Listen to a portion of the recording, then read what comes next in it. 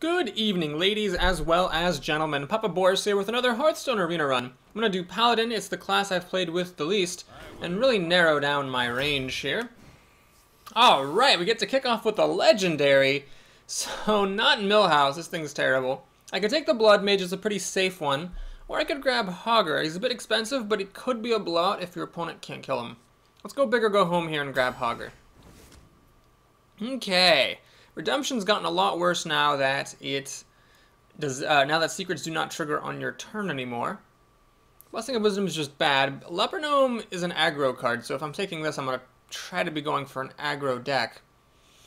Ignoring the fact that Hogger's not really an aggro card, do I want to try to leave myself that option, or do I just resign myself to taking a bad card? I guess I'll take a bad card. I don't really want to try to do aggro Paladin. Okay, here we have a tough call here between the Yeti or the Ogre. Premier 4-drop versus a Premier 6-drop. Well, good 4-drops do win games, but you can also compensate for a bad deck with enough Ogres. Well, let's hope my deck is bad and doesn't require compensation. Let's take a Yeti. Okay, so the Dark Iron Dwarf is the best card here, but Paladin, I should expect to have a lot of 4-drops. I'm not necessarily going to want to take a Dark Iron Dwarf, although this is pretty mediocre. This is a good 1-drop, but meh. Okay, we'll take a Dwarf, just taking the best card for now, I guess. Oh my gosh, this is 3 Premier cards. Well, I can't pass on a True Silver Champion, although I hate sending the other ones back. Man, either of the other 2 cards I just passed would have been better than any of this junk. So, Fen Creeper is not junk, it is a good 5-drop. Starting off with a pretty high curve. I could take this just to keep my curve low. And in fact, I'm going to do that over the Fen Creeper, because I really want to make sure I don't lose because my curve sucks. Okay. I'll take an Argent Squire. That's a really great drop, even better than Loot Hoarder, I think. Man, you know what? I'm going to take a Warrior. This is good for Paladins. Paladins don't really have much in the way of early removal. This allows you to kill Knife Jugglers and other 3/2s. Okay, you can't pass on Consecration. Period. Full stop. Azure Drake's nifty and all, but you got to take Peacekeeper. It's pretty much unpassable if you're a Paladin. Okay, so now the Yeti number 2 versus the Dread Corsair. Obviously the Yeti is better, but the Corsair could sometimes be free if I get it with the True Silver Champion. I think that's actually worth doing. I want to make sure I have at least one of those. Now, we're starting to have a lot of 4-drops. Let's take a Fairy Dragon. Get a nice solid 2-drop. And Panda, I do like those.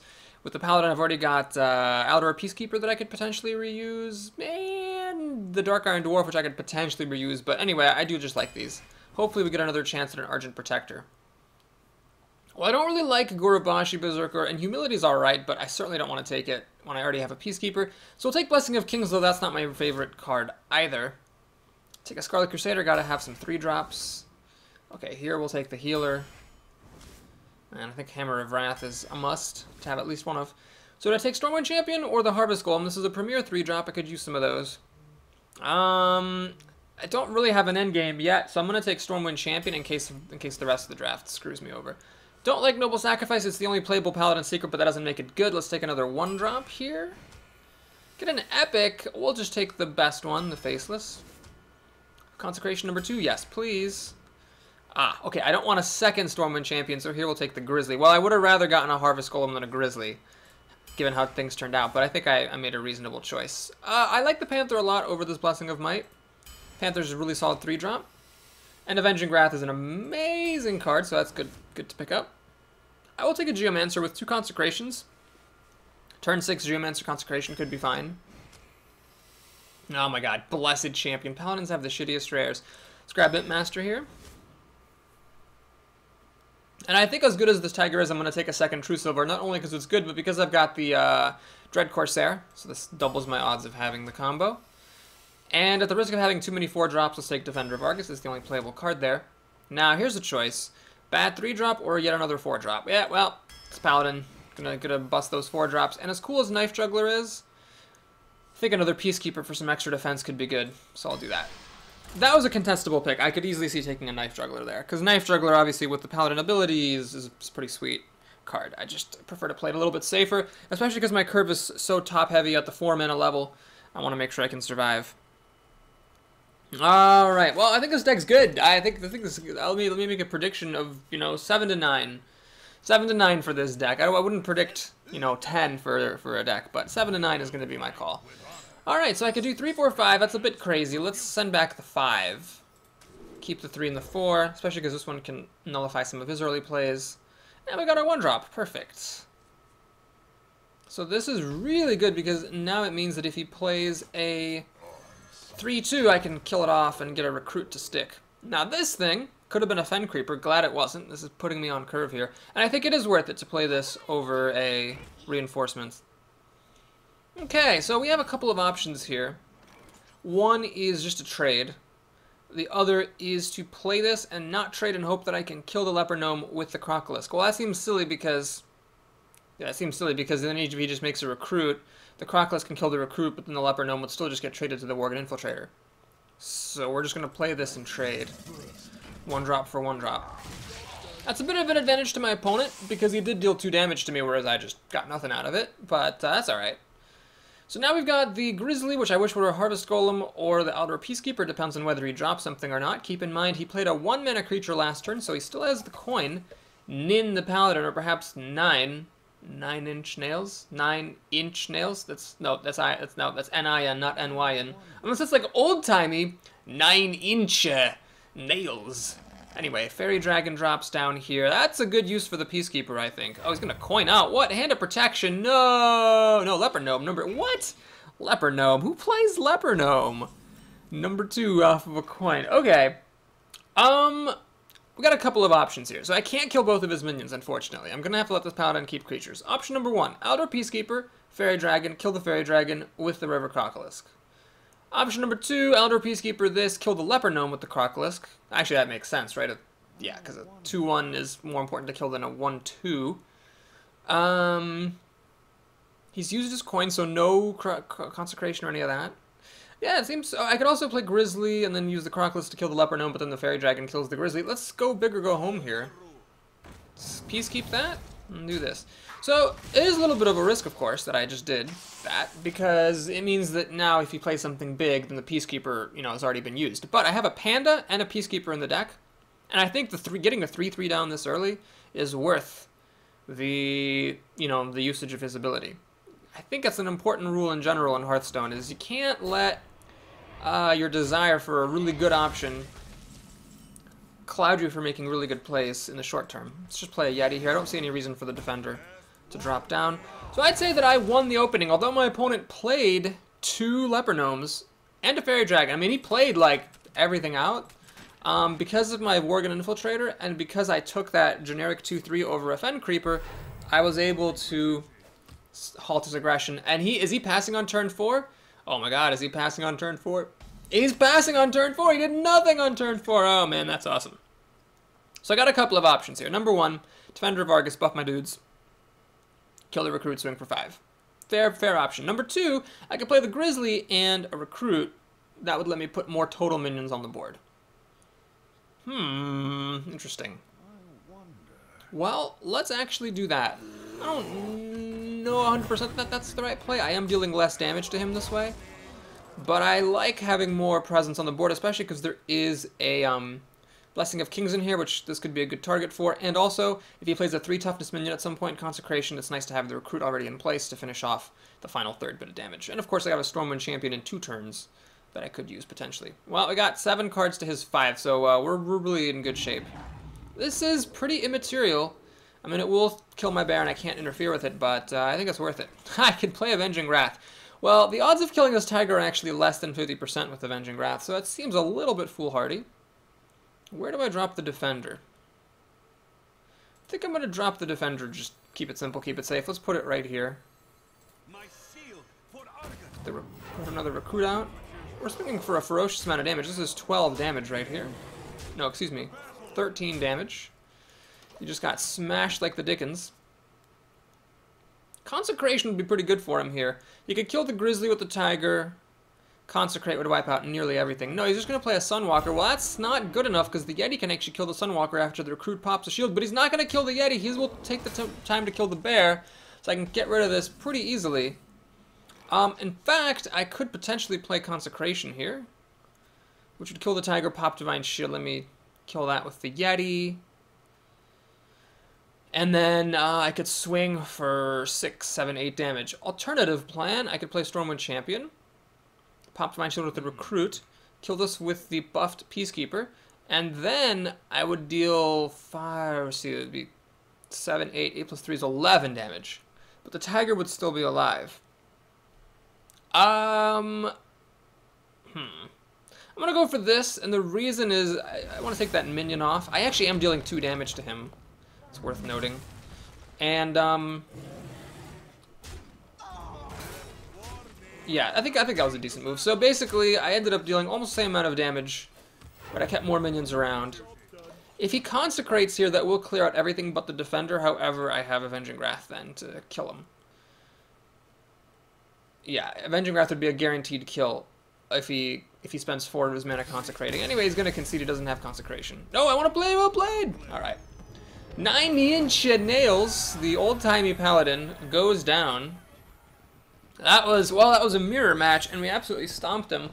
And a good deal of that victory must be credited to my mana curve selections, picking a 1-drop and picking a 2-drop in place of potentially superior cards. That's exactly why you want to be concerned about your curve. Now, I might have been able to beat him even without all that, because my deck seemed to just be better. He also passed on turn 4, so he had a bad draw. But it's a good game.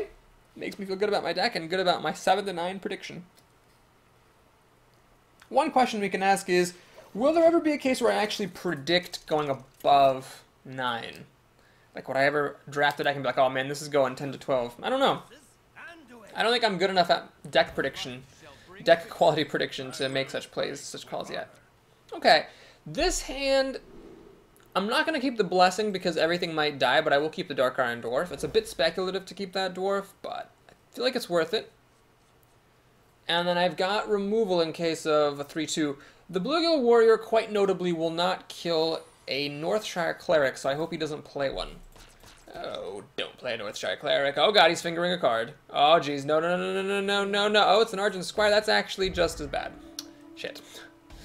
Oh god. Alright, well this is going to make me use my coin. I'm going to actually make a recruit. Try to get that Argent Squire under control here. If the Divine Shield gets popped, I will totally use the Bluegill Warrior to kill this off. Argent Squires, I am actually really growing to hate that card. Not like that I think it's a bad card, I just am finding that it's really obnoxious to try to win when you have an Argent Squire on the other side of you. So, yeah, I'm just appreciating its nuisance more and more. Alright, we're going to go ahead and do Bluegill Warrior here. Kill the Argent Squire off. That is a card for a card, although it feels emotionally bad to trade a 2-1 for a 1-1. It's still a card for a card. So that 1-1 cost me my coin and my Bluegill Warrior. A very good bargain for that Argent Squire. Does he have a good follow-up? He does! He has a Taunter. That's unfortunate. So what do I play? The Grizzly, Fauchizli, or the Scarlet Crusader? Well, I think the Crusader is a pretty reasonable choice here.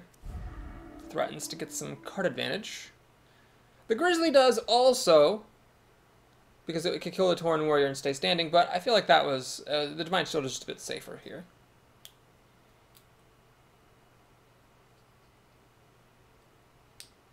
Although if he ignores the Scarlet Crusader, I will wish I had played the Grizzly instead, because I can just True Silver Champion, kill the Tauren Warrior, and use the Scarlet Crusader to kill the Northshire Cleric, leaving me with a 3-1, whereas if I'd played the Grizzly and killed the Northshire Cleric, it would leave me with a 3-2. So, actually, I guess the correct play would be to kill this with the Scarlet Crusader and use the True Silver Champion to kill the Northshire Cleric. Oh my god, Light Warden. Light Warden! Ah, man. So, in my last stream, I didn't want to post the runs from my last stream because they were frankly kind of terrible, but in my last stream, I did go on this, like, tirade about how the Light Warden is a terrible card. I was forced to play one. Because of a bad pack. And then, at the beginning of one of the games... Oh, geez! That actually... Oops. I forgot that this True Silver healed me and then it caused the Light Warden to get a buff. Whoops, that's silly. Anyway, I was like, I went on this trade, like, alright, people... You're about to see how terrible the Light Warden is, because like all the people on my channel keep telling me Light Warden's a good card.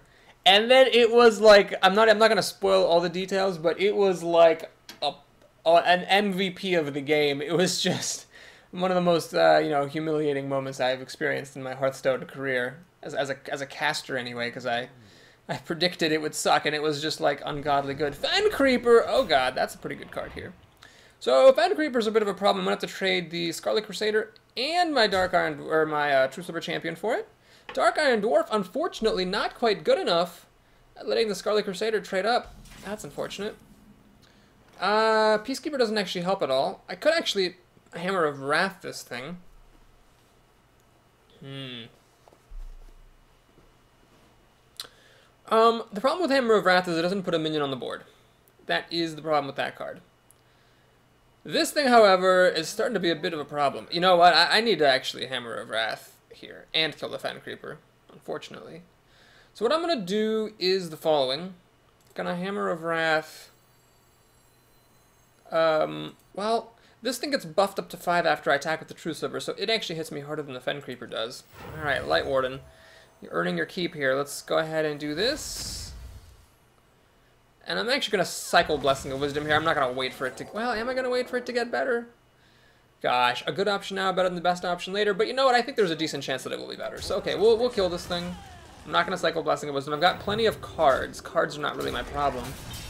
Okay, we'll see. Next turn I can play the Bear and the Peacekeeper, assuming he gives me a target to Peacekeep. And if one of my minions survives, then I can play Blessing of Wisdom and maybe get 2 draws out of it, although that seems unlikely. He thought still a Peacekeeper. Didn't want to wait for it. I guess that means his hand's bad, or else he wouldn't have made a 3-drop, whose Battlecry is wasted. Must have been a bad hand. Gotta admit, that Light Warden was pretty good. It was a 1-mana minion that was a pretty credible threat, although I forgot that the True Silver causes it to actually activate. Oh man, Hogger. Because if Hogger sticks, that would be terrific. What could he have that would kill a Hogger? I mean, really nothing. 4/4s are hard for Priest to kill. He'd have to have like a Holy Fire. I'm actually going to do this. Generally, you want to do some prep work before playing a Legendary like this, especially a fragile one. But I actually think that this was the right call, specifically against a Priest. It's just difficult for Priest to kill a 4/4. It's like Holy Fire, or, you know, double Holy Smites, or something weird, like Holy Nova, Holy Smite. But basically, he's either spending his whole turn killing this, or he lets it live, and that's no good. Imp Master I couldn't care less about, in the slightest. He could have Holy Smitten the Knoll and then buffed the Peacekeeper as well, but seemed like a good time to try to throw that guy out there. Plus, next turn I can do the Peacekeeper, Grizzly, and Blessing of Wisdom. Really throw all my cards down at the table.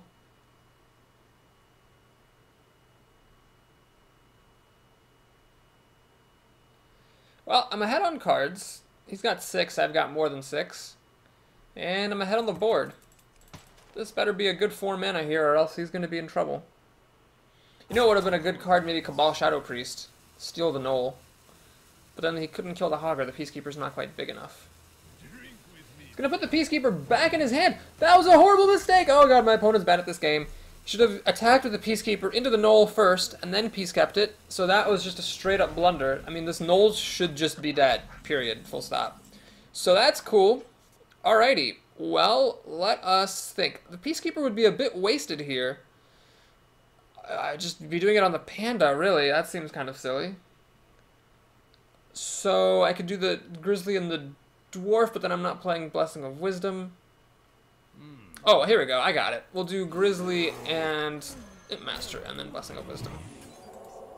I should have actually done this first. My apologies, folks. I forgot. You should always draw cards first. Well, it wouldn't have made a difference. I just got another Peacekeeper. Okay, so we'll do that. And I will get a little bit greedy. Let's... Actually, I'm going to trade this because I don't want my bear to die to that Panda.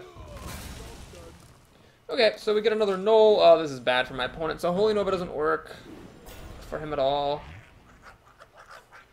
He's way behind on cards. I have as many minions as he has cards.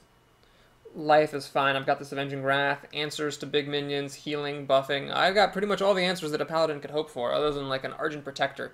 I saw one in the same pack as a True Silver Champion, and I never saw them again.